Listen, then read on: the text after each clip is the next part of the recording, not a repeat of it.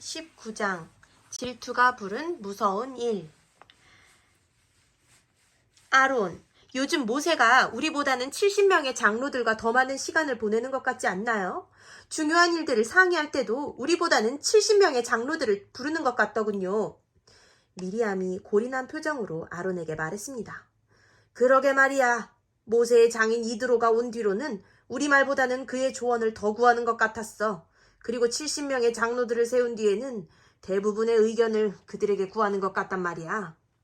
맞아요. 우리가 모세를 위해 얼마나 헌신했는데 우리를 너무 소홀히 하는 것 같아요. 저는 모세가 아기였을 때에 이집트의 강가에서 모세를 지켜주었단 말이에요. 그때 제가 아니었으면 모세가 지금처럼 훌륭한 지도자가 될 수 있었겠어요? 또한 이집트의 궁정에서 당신이 아니었으면 모세가 홀로 이집트 왕을 상대할 수 있었겠어요? 그렇지만 하나님께서는 우리의 지도자로 모세를 세우셨어. 그러므로 우리가 모세의 말을 청종하는 것도 중요해. 그리고 모세의 결정을 따르는 것은 더욱 중요하고. 알았어요. 그래도 서운한 건 서운해요. 제 생각에는 이 모든 것이 모세가 이방 여인인 십보라와 결혼했기 때문인 것 같아요. 지금 모세가 이렇게 바뀐 것도 그의 장인의 말을 너무 귀담아 들어서 그런 것 같고. 아론과 미리암은 모세의 형과 누나로서 모세를 도와 이스라엘 백성을 인도하고 있었습니다. 이스라엘 백성은 모세만큼이나 대제사장인 아론과 미리암을 존경했습니다. 특별히 십보라가 모세를 도와 전면에 나서지 않았기 때문에 여성들을 상대하고 인도하는 역할은 미리암이 도맡아 해왔습니다. 그래서 모세도 아론과 미리암과 많은 부분을 상의한 후 처리하고 그들의 조언에 귀를 많이 기울였습니다. 그런데 얼마 전 모세를 도와 백성을 인도하고 백성의 고충을 처리해 줄 70명의 장로를 뽑았습니다.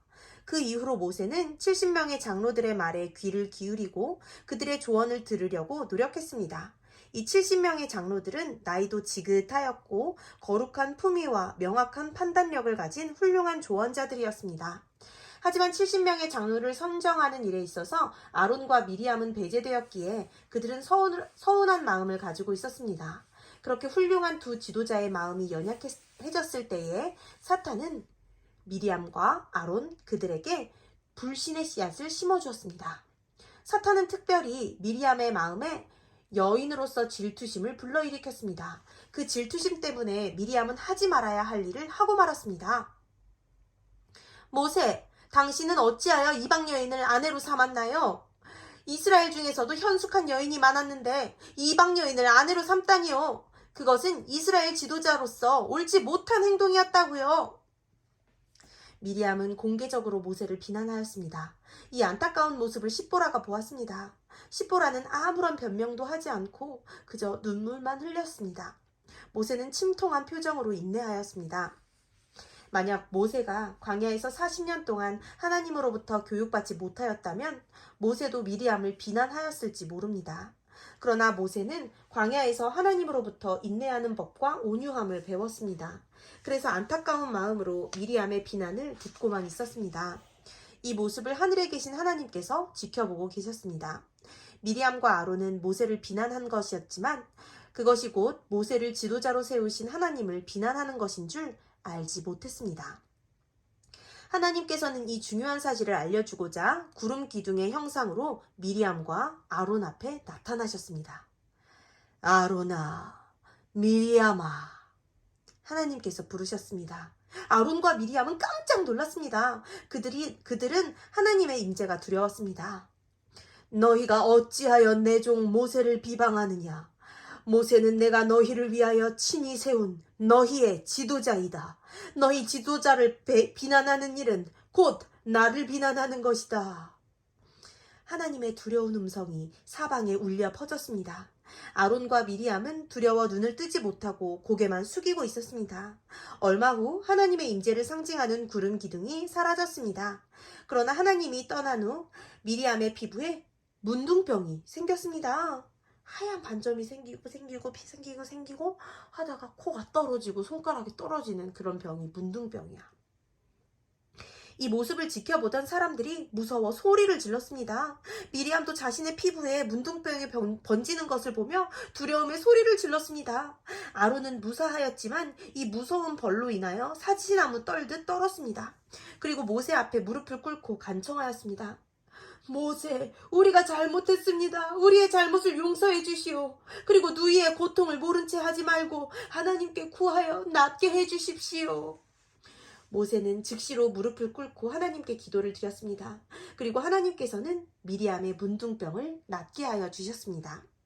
하지만 이스라엘의 규율에 따라 미리암은 7일 동안 이스라엘 진영에서 떠나 있어야 했습니다. 미리암이 떠나 있는 동안 문둥병은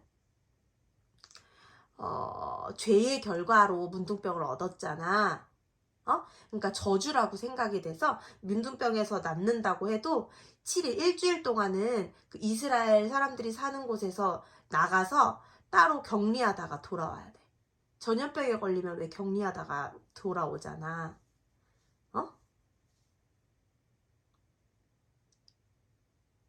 그래서 7일 동안 이스라엘 진영에서 미리암은 떠나 있다가 있어야 했습니다. 미리암이 떠나 있는 동안 하나님의 임재의 상징이 성소에 나타나지 않았습니다. 여러분도 누군가를 질투한 경험이 있나요? 없어요? 몰라. 몰라요? 질투가 뭐야? 욕심? 욕심? 비슷한 거야. 다른 사람이 나보다 더 뭘 가졌다고 해서 그 사람에 대해서 나쁜 말을 하거나 그 사람을 깎아내리는 거를 질투라고 해요. 그 질투의 대상이 친한 사촌인 수빈이, 성빈이가 될 수도 있고 또 친구일 수도 있습니다. 공부를 나보다 잘하는 친구를 보면 질투가 날 수도 있고요. 나보다 운동을 잘하거나 노래를 잘하는 친구를 보아도 질투가 날 수 있어요. 또 잘생기거나 예쁜 친구를 보면 질투가 날 수 있어요. 그런데 그 질투의 정신은 사탄이 우리에게 심어주는 죄의 씨앗입니다. 우리가 누군가를 질투하게 되면 그 질투는 곧 누군가를 비난하는 말로 변하게 됩니다. 친구를 질투하게 될 때 그 친구를 비난하는 것을 경험해 보았나요? 아론과 미리암은 믿음이 좋았던 사람들입니다. 모세를 도와 이스라엘 백성을 이집트로부터 인도하여 내었고 하나님의 말씀에 늘 순종하던 사람들이었습니다. 그런데 사탄이 심어준 질투의 씨앗을 잘못 관리해서 그만 모세를 비난하는 잘못을 범했습니다. 모세만 비난한 것이 아니라 모세를 지도자로 세우신 하나님까지 비난하게 된 것입니다. 질투에 눈이 멀어 하나님을 보지 못했고 형제의 우애를 잊어버렸고 지도자로서 위엄과 거룩함을 잃어버렸습니다. 이렇게 질투는 무서운 죄의 씨앗입니다. 반면에 모세는 미리암과 아론의 질투에도 온유함을 잃지 않았습니다.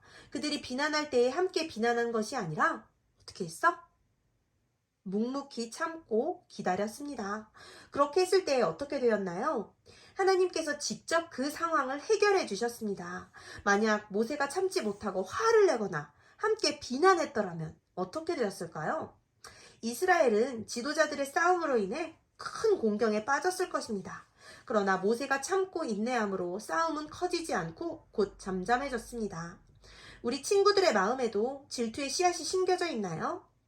친구를 질투하다 보면 그 친구의 좋은 점은 보이지 않고 단점, 안 좋은 점만 보이게 됩니다. 그 친구가 나에게 베풀었던 친절은 보이지 않고 서운한 것만 보이게 됩니다. 이렇게 질투는 우리의 눈을 가려버리고 우리의 마음을 닫아버립니다. 혹 사탄이 여러분의 마음에 질투의 씨앗을 심으려 한다면 불평의 씨앗과 함께 뽑아버리시기 바랍니다. 이 씨앗 역시 뽑기가 쉽지 않습니다. 어떻게 해야 할까요? 맞습니다. 어떻게 해야 돼요? 기도, 맞아요. 하나님께 기도해야 합니다. 하나님께 도움을 청해야 합니다. 우리의 힘으로는 잘 되지 않는 일도 하나님께 도움을 구하면 쉽게 할 수 있습니다. 하나님께서 오늘도 여러분을 도와 착한 마음을 갖도록 하실 것입니다.